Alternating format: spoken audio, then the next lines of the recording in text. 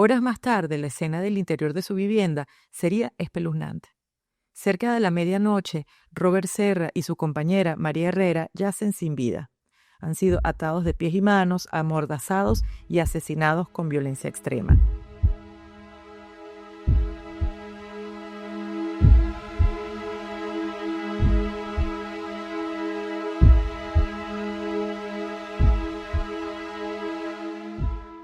Bienvenidos a otro episodio de Ni tan inocentes, donde nadie es tan inocente como parece. Hoy exploramos un caso que sacudió a Venezuela en 2014, el asesinato del joven diputado Robert Serra.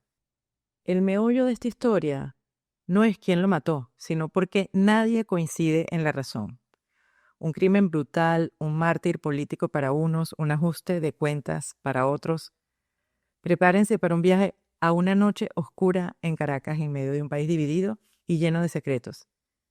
El 1 de octubre de 2014, el joven diputado venezolano Robert Serra, de 27 años, y su asistente, María Herrera, de 22 años, fueron brutalmente asesinados dentro de la casa de Serra en La Pastora, en Caracas. Ambos fueron maniatados y apuñalados decenas de veces. Serra recibió más de 30 heridas punzocortantes. El caso conmocionó al país y rápidamente tomó un tinte político. El gobierno de Nicolás Maduro denunció un sicariato político planificado. Según la versión oficial, una banda de paramilitares colombianos pagados por sectores de la oposición ingresó a la vivienda con ayuda del propio jefe de escoltas de Serra, Edwin Torres, para ejecutar un crimen macabro destinado a generar caos. Las autoridades detuvieron a una decena de implicados materiales, entre ellos Torres y el colombiano Leiber El Colombia Padilla, que en 2020 fueron condenados a largas penas de prisión. Sin embargo, hasta hoy no hay consenso sobre el verdadero motivo o autoría intelectual del homicidio. Lo que está comprobado judicialmente es que el homicidio fue planificado y participó alguien del entorno de confianza de Serra. La cerradura de la casa no fue forzada, indicando complicidad interna. Torres confesó haber colaborado y recibió pago por ello. También se verificó que los asesinos sustrajeron dinero y armas de fuego del domicilio, lo que sugiere un robo premeditado. La incertidumbre surge porque la narrativa oficial de un complot político no cuadra con ciertos indicios forenses y testimoniales. Por ejemplo, expertos criminalísticos apuntaron que el ensañamiento de las heridas y la toma de objetos de la casa parecen más propio de una venganza personal o un crimen común que de un asesinato por encargo político. Además, con el tiempo surgieron grietas y teorías alternativas, desde un posible ajuste de cuentas dentro del chavismo hasta un crimen pasional encubierto como magnicidio fallido. El caso sigue generando dudas porque a más de 10 años la versión oficial no ha disipado completamente las contradicciones ni ha presentado públicamente pruebas contundentes de la supuesta conspiración política.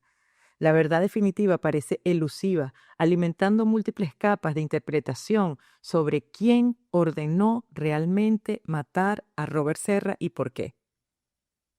Pero hablemos primero un poco sobre el contexto. Venezuela en 2014 era un país en tensión. Ese fue un año turbulento. Tras la muerte de Hugo Chávez en 2013, su sucesor, Nicolás Maduro, enfrentaba protestas callejeras masivas y una crisis económica creciente. Meses antes del caso Serra, manifestaciones antigubernamentales sacudieron al país, llamadas guarimbas, dejando 43 personas muertas en enfrentamientos entre chavistas y opositores. La inflación anual rondaba 60%, escaseaban productos básicos y la delincuencia estaba desatada. Más de 25.000 homicidios ocurrieron ese año en Venezuela, una ola de violencia sin freno. En este contexto convulso, Robert Serra emergía como una estrella, ascendente dentro del chavismo. Con solo 27 años era el diputado más joven de la Asamblea Nacional, un niño prodigio de la Revolución Bolivariana. Apadrinado por Chávez, Serra, carismático y combativo, se había forjado fama de orador encendido. Chávez mismo lo apodó Metralleta por la velocidad de sus discursos. Proveniente de un barrio popular de Caracas, lideró movimientos juveniles y ganó su curul a los 23 años, convirtiéndose en un símbolo de la nueva generación chavista. Pero también generaba polémica. Sus campañas fueron respaldadas por colectivos armados, grupos chavistas radicales que la oposición tildaba de paramilitares. Serra se movía entre poderosos aliados y fuerzas peligrosas. Nada podría prepararlo para lo que le ocurriría la noche del 1 de octubre de 2014. Era miércoles y Robert Serra llega a su casa, La Pastora, una tradicional parroquia caraqueña de calles estrechas. Es una zona popular, bastión chavista, donde el joven diputado se sentía seguro. Horas más tarde, la escena del interior de su vivienda sería espeluznante. Cerca de la medianoche, Robert Serra y su compañera María Herrera yacen sin vida. Han sido atados de pies y manos, amordazados y asesinados con violencia extrema. El cuerpo de Serra presentaba alrededor de 50 puñaladas en el tórax. María Herrera, de 22 años, también fue apuñalada múltiples veces. La pérdida de sangre de ambas víctimas fue tan masiva que lo sumió en un shock hipovolémico, según los forenses. No fue un robo común. Aquella escena del crimen mostraba una ferocidad y precisión que heló la sangre de todos. ¿Quién pudo perpetrar un ataque tan brutal en tan poco tiempo? Las primeras pistas llegaron de las cámaras de seguridad de la zona. Los videos revelaron que 6 hombres armados entraron a la casa de Serra alrededor de las 9 de la noche y en cuestión de 5 a 6 minutos consumaron el doble asesinato, mientras otros 2 esperaban afuera en vehículos de escape. Todo ocurrió en apenas un abrir y cerrar de ojos, un asalto metódico ejecutado en no más de 15 minutos, según las autoridades. Quien abrió la puerta a los sicarios no forzó cerraduras ni derrumbó muros. Alguien de confianza los dejó pasar. Pronto se supo que esa persona era Edwin Torres Camacho, miembro de la escolta de Serra y funcionario de la policía de Caracas. El círculo íntimo del diputado había sido vulnerado desde adentro. El hallazgo de los cuerpos de Serra y Herrera se difundió a primeras horas del 2 de octubre. La noticia corrió como pólvora a un joven líder chavista asesinado en su refugio en el corazón de Caracas. El país despertó con estupor y dolor, especialmente el chavismo, que perdió a uno de sus cuadros más prometedores. ¿Quién mató a Robert Serra? La respuesta oficial no tardaría en llegar, teñida de acusaciones explosivas. La versión oficial y la investigación inicial, desde el primer momento, el gobierno de Nicolás Maduro aseguró que no fue un crimen al azar. En una rueda de prensa el 2 de octubre, el entonces ministro del Interior, Miguel Rodríguez Torres, descartó rotundamente la hipótesis del AMPA común. Dijo lo siguiente y cito: "Inferimos que no se trata de un hecho azaroso. Estamos en presencia de un homicidio intencional, planificado, organizado y ejecutado con gran precisión. Sin duda su muerte obedeció a una macabra encomienda", declaró el ministro. En efecto, todo apuntaba a un asesinato calculado al detalle. Múltiples agresores, tiempo cronometrado, la confianza traicionada de la víctima. Para el gobierno era un acto de terrorismo político. La misma noche del velorio de Serra, el presidente Maduro elevó aún más la apuesta. Señaló directamente a enemigos internacionales. Los autores intelectuales, cito, "estoy más que seguro, están fuera del país. Apuntan hacia Colombia y a la banda de criminales que ha dirigido toda la vida el expresidente Álvaro Uribe", anunció Maduro en cadena nacional. No solo eso, afirmó que el gobierno de Estados Unidos había patrocinado el asesinato, acusándolo de ser autor intelectual en la sombra. Era una denuncia gravísima. Maduro vinculaba el crimen a un complot de la ultraderecha colombiana y norteamericana para desestabilizar Venezuela. El expresidente colombiano Uribe negó rotundamente las acusaciones, calificando a Maduro de dictadura matona y rechazando cualquier implicación. La mesa estaba servida para una confrontación política de alto nivel. Mientras el discurso oficial culpaba a fascistas y paramilitares extranjeros, la investigación policial avanzaba rápidamente. En pocos días, las autoridades detuvieron a varios sospechosos, incluyendo el escolta Edwin Torres, identificado como pieza clave del plan. Maduro informó que 8 implicados fueron identificados plenamente. Según reveló luego, este asesinato se preparó durante más de 3 meses bajo la dirección de un paramilitar colombiano, aún sin nombre público, quien a su vez habría reclutado a una banda local liderada por Leiber Padilla Mendoza, alias El Colombia. El propio jefe de escoltas de Serra, Edwin Torres, apodado El Poli, habría sido comprado por los autores materiales para facilitar la entrada de los sicarios. La lealtad del joven guardaespaldas de apenas 21 años se fumó ante la promesa de una gran recompensa. Maduro afirmó que los asesinos le pagaron $500,000, de los cuales 75% se entregó a El Colombia, el cabecilla del grupo ejecutor, un móvil de dinero y conspiración que, según el gobierno, se gestó desde Bogotá. En una locución el 16 de octubre, Maduro mostró grabaciones de seguridad al país y narró paso a paso cómo entraron los sicarios a La Pastora. También anunció la búsqueda por Interpol de los fugitivos y prometió capturar a todos los responsables, tengan el apellido que tengan. Una aparente alusión a personajes de alto perfil tras el telón. Para finales de octubre de 2014, el gobierno daba el caso parcialmente resuelto, presentó públicamente a los supuestos autores materiales y celebró las detenciones logradas. La versión oficial quedó establecida. Robert Serra fue víctima de un plan de magnicidio en pequeño, un asesinato político ejecutado por mercenarios a sueldo con la mano de Uribe y la extrema derecha detrás.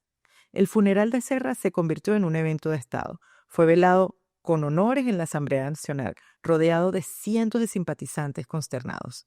El gobierno lo elevó a mártir de la revolución, bautizó una misión Robert Serra en su honor y centros juveniles con su nombre. La consigna oficial era clara: Serra vive, la lucha sigue. Y su muerte no sería en vano ni quedaría impune. La resolución judicial, con el paso del tiempo, el caso avanzó a los tribunales. En 2015, Venezuela capturó en Caracas al colombiano Julio César Vélez, ex concejal de Cúcuta, acusado por Maduro de ser el autor intelectual que financió el asesinato. Vélez, vinculado al partido de Uribe, fue detenido en junio de 2015, pero curiosamente poco se supo después sobre su proceso. Aún hoy no hay información pública clara sobre su destino judicial en Venezuela. Esto alimentó especulaciones, pero oficialmente se mantiene que él orquestó el crimen desde Colombia. Finalmente, casi 6 años después del hecho, cayó peso de la ley sobre los autores materiales.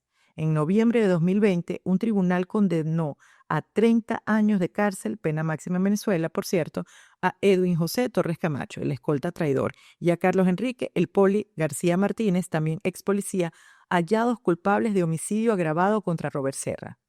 Igualmente recibieron 30 años Jaime Padilla y Leiber Padilla Mendoza, el Colombia, como coautores del delito. Otros 6 implicados, 4 hombres y 2 mujeres, fueron sentenciados a 9 años y 6 meses por complicidad en robo agravado y asociación para delinquir. Según la sentencia, Torres apuñaló mortalmente a Serra, mientras Leiber Padilla asesinó a María Herrera, la asistente de Serra. El caso, al menos en términos judiciales, quedó cerrado. 11 personas tras las rejas y la versión oficial ratificada en tribunales. Para el chavismo la historia estaba clara. Por dolorosa que fuese, Robert Serra fue asesinado por una conspiración terrorista de mercenarios y se había hecho justicia. Interrumpo este episodio para un anuncio importante. Si te apasionan estos análisis a fondo y quieres apoyarnos, considera unirte a nuestro Patreon. Tu aporte ayuda a que Ni Tan Inocente siga investigando casos complejos y te da acceso a contenido exclusivo y adelantos. Y no te olvides suscribirte a nuestro canal de YouTube, darle a la campanita y así no te perderás ninguno de nuestros episodios. Gracias por ser parte de esta comunidad. Ahora sí, continuamos con la historia. A pesar del relato contundente presentado por el gobierno, pronto surgieron grietas e interrogantes. Con el tiempo, muchos venezolanos, especialmente en la oposición y sectores independientes, empezaron a notar que algunas piezas no encajaban del todo en el rompecabezas oficial. Para empezar, el propio perfil de los asesinos contrastaba con la idea de un comando paramilitar extranjero. Entre los condenados por el crimen, la mayoría resultaron ser venezolanos, incluyendo policías activos o exfuncionarios. Y uno era el propio escolta de confianza de Serra. Aunque se mencionó a paramilitares colombianos en los hechos, solo Leiber, el Colombia Padilla, tenía nacionalidad colombiana y era un delincuente común más que un ideólogo político. Esto llevó a algunos a preguntarse, ¿fue realmente un asesinato político orquestado desde afuera o algo más, digamos, doméstico? La naturaleza brutal y personal del homicidio también sembró dudas. Políticos opositores y periodistas señalaron que un sicario con motivación meramente política habría utilizado quizás un arma de fuego o buscando eficiencias y no se habría tomado la molestia de maniatar y apuñalar 50 veces a la víctima a riesgo de un enfrentamiento cuerpo a cuerpo. El método sanguinario, cuchillo en mano, ataque cuerpo a cuerpo sugería ira personal o venganza, más que un simple trabajo encargado. De hecho, las autoridades confirmaron que tras el asesinato hubo un componente de robo. Varios bienes fueron sustraídos de la casa. Un grupo de supuestos terroristas políticos interesados en robar objetos, eso también era un poco raro. Aquello hacía pensar más en delincuentes comunes, aprovechando la situación o intentando maquillar el móvil real. Otro punto oscuro fue la información cambiante y el manejo político del caso. En el primer aniversario del crimen, analistas resaltaron cómo la brújula de sospechosos giró con el tiempo. Inicialmente, Maduro señaló a Uribe y a paramilitares.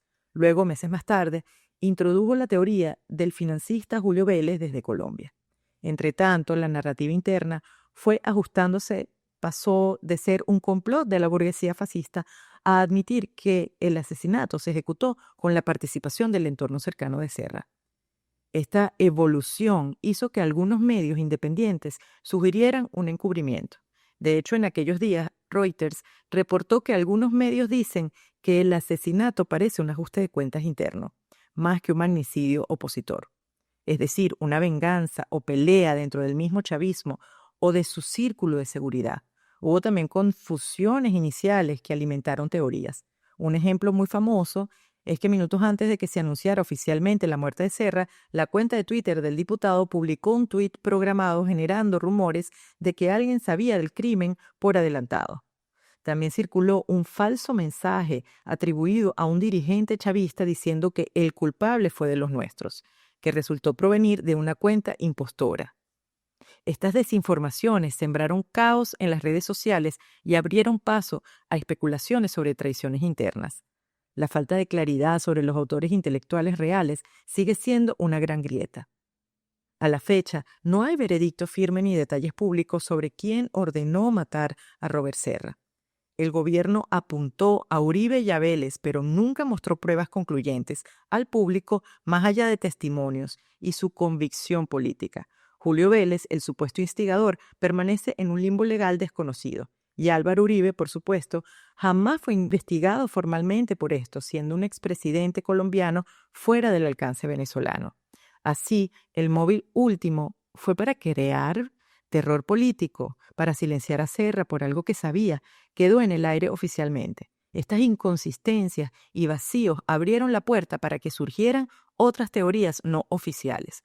Rumores, hipótesis alternativas y versiones de pasillo inundaron el ambiente, cada una intentando explicar por qué mataron a Robert Serra, si es que, como decimos, nadie es tan inocente como parece. A continuación repasamos 3 teorías no confirmadas que han circulado sobre este caso, marcando siempre que ninguna ha sido comprobada y deben tomarse con precaución. La primera teoría es un ajuste de cuentas interno. Una de las primeras hipótesis extraoficiales fue que el asesinato de Serra habría sido un pase de factura dentro del chavismo, es decir, un ajuste de cuentas interno motivado por conflictos de poder, rivalidades o traiciones en las altas esferas. ¿Por qué alguien del mismo bando querría eliminar a Robert Serra? Algunas conjeturas apuntan a su relación con los colectivos armados.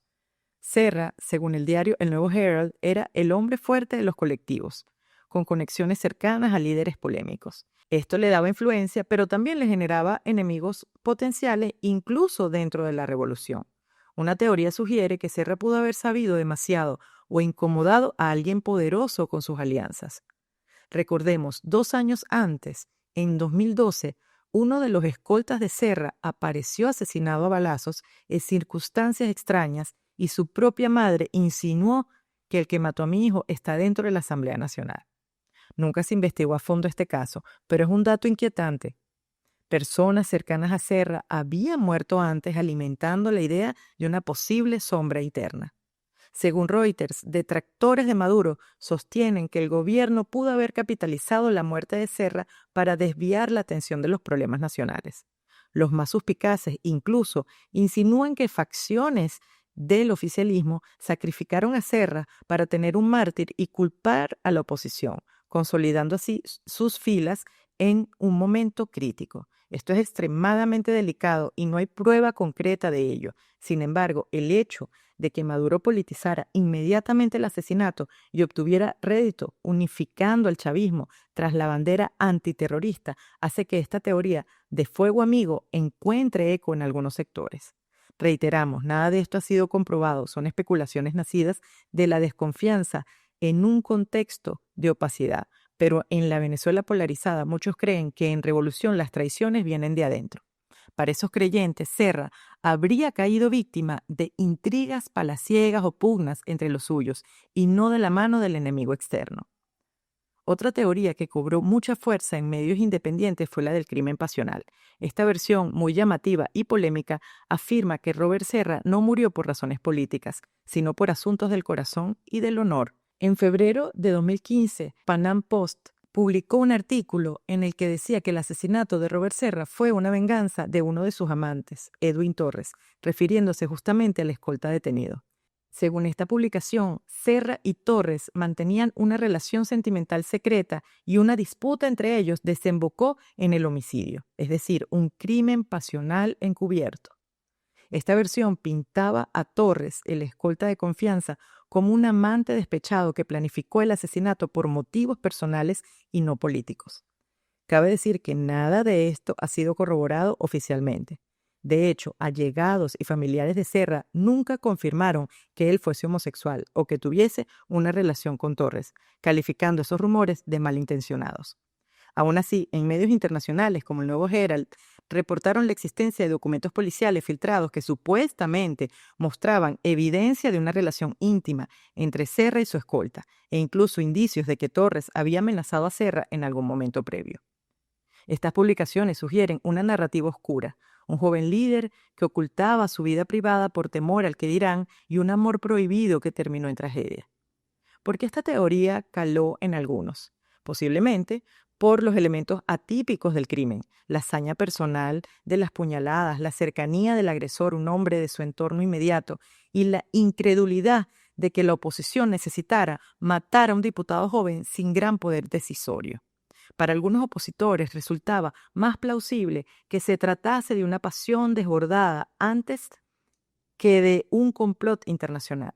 De nuevo, no hay prueba pública de la supuesta relación amorosa, ni de que los celos motivaran a Torres. Lo cierto es que, durante el juicio, este móvil pasional no fue oficialmente ventilado. La narrativa jurídica se apegó al asesinato por lucro y conspiración. Aún así, la sola posibilidad le dio un giro novelesco al caso en la opinión pública. Panam Post llegó a comparar el suceso con los otros 25.000 homicidios de 2014, argumentando que no hubo tal conspiración política ni grupo paramilitar. El gobierno de Nicolás Maduro necesitaba llevar el tema más allá y convertirlo en un show que apelara al sentimentalismo. En otras palabras, para esta versión, Serra habría sido una víctima de amor y venganza, y luego el gobierno explotó mediáticamente su muerte para sus fines. Es una historia atractiva para titulares, pero permanece sin comprobación más allá de reportes extraoficiales. La tercera teoría podría resumirse así: lo mató el hampa común, pero el hecho se politizó al máximo por conveniencia. Esta línea de pensamiento no niega que hubo un asesinato planificado, pero lo atribuye a delincuencia organizada corriente, sin motivación ideológica real, que luego fue utilizada por el gobierno para apuntalar dedos contra sus enemigos. En esencia, un crimen común maquillado de magnicidio. Quienes sostienen esto señalan que los involucrados, policías corruptos, un PRAN, jefe criminal, apodado El Colombia, con pinches por dinero, encajan en el perfil de una banda criminal que pudo haber actuado por dinero y quizás por encargo de alguien, sí, pero no necesariamente por razones políticas de alto nivel. El hecho de que robaron pertenencias y dinero de la casa de Serra indica para estos analistas que la codicia fue un factor principal. De hecho, desde el inicio, las autoridades dijeron que Torres y los demás buscaban robar una fuerte suma en efectivo que Serra guardaba, además de cumplir con la encomienda. Esto sugiere que para los perpetradores directos el móvil pudo ser económico, más que ideológico. Entonces, ¿por qué el gobierno presentaría como complot político? Los críticos lo explican con un refrán: no desaprovechemos una crisis. ¿Mataron a un diputado oficialista? Sí, pero la oposición no ganó nada con ello, más bien salió perjudicada al ser acusada. En cambio, el gobierno obtuvo un mártir, una cortina de humo. Según Reuters, opositores opinan que Maduro, con popularidad a la baja en 2014, capitalizó el asesinato para distraer al pueblo de la escasez e inflación, uniendo el chavismo contra un enemigo común. De pronto ya no se hablaba de colas ni de inseguridad, sino de terrorismo fascista que habría cobrado la vida de Serra. Dentro de esta teoría, algunos llegan a decir que quizá nunca hubo un autor intelectual grande, que el crimen fue obra de delincuentes motivados por dinero, posiblemente alguien cercano a Serra que sabía su rutina y todos los bienes que tenía, y luego politizado ex post facto. Es decir, que el gobierno moldeó la narrativa para culpar a Uribe, a la CIA, a quien conviniera, sin importar la verdad de fondo. Esta postura, claro, viene sobre todo de sectores adversos al chavismo y de medios independientes. No hay documentos públicos que desmonten completamente la versión oficial, pero la ausencia de evidencia sólida sobre el complot extranjero deja este espacio para la duda razonable. Al final, para quienes creen esta versión, el caso Serra fue un crimen común, terrible, sí, pero común, que el poder convirtió en telenovela política. Una muerte trágica que, en lugar de ser reconocida como resultado de la profunda violencia que azotaba al país, fue utilizada para un discurso conveniente. Llegados a este punto, tenemos tres narrativas muy distintas: la oficial, complot paramilitar de la derecha; la pasional, venganza amorosa; y la de crimen común politizado, banda criminal y oportunismo político. Cada una refleja la profunda división de percepciones en Venezuela. ¿Cuál es la verdad? Tal vez contenga elementos de varias. Lo único indiscutible es que Robert Serra y María Herrera perdieron la vida de forma atroz y que su caso se convirtió en un espejo de las tensiones del país. Para el chavismo, Serra será siempre un mártir leal, asesinado por el odio oligárquico. Para muchos otros, su muerte seguirá envuelta en misterios, sospechas y la sensación de que no todo se nos ha contado. Antes del cierre, queremos agradecerte por escuchar y recordarte que en nuestro Patreon encontrarás contenido más denso y extenso sobre casos como este. Si te quedaste con preguntas o quieres profundizar en los documentos y testimonios, en Patreon subimos el análisis adicional y material exclusivo para los verdaderos detectives de la audiencia. Tu apoyo nos permite seguir sacando a la luz historias complejas con el detalle que merecen. Y bien, con esto llegamos al final. Esto fue Ni tan inocentes, donde nadie es tan inocente como parece. Nos vemos en un próximo caso. Chao.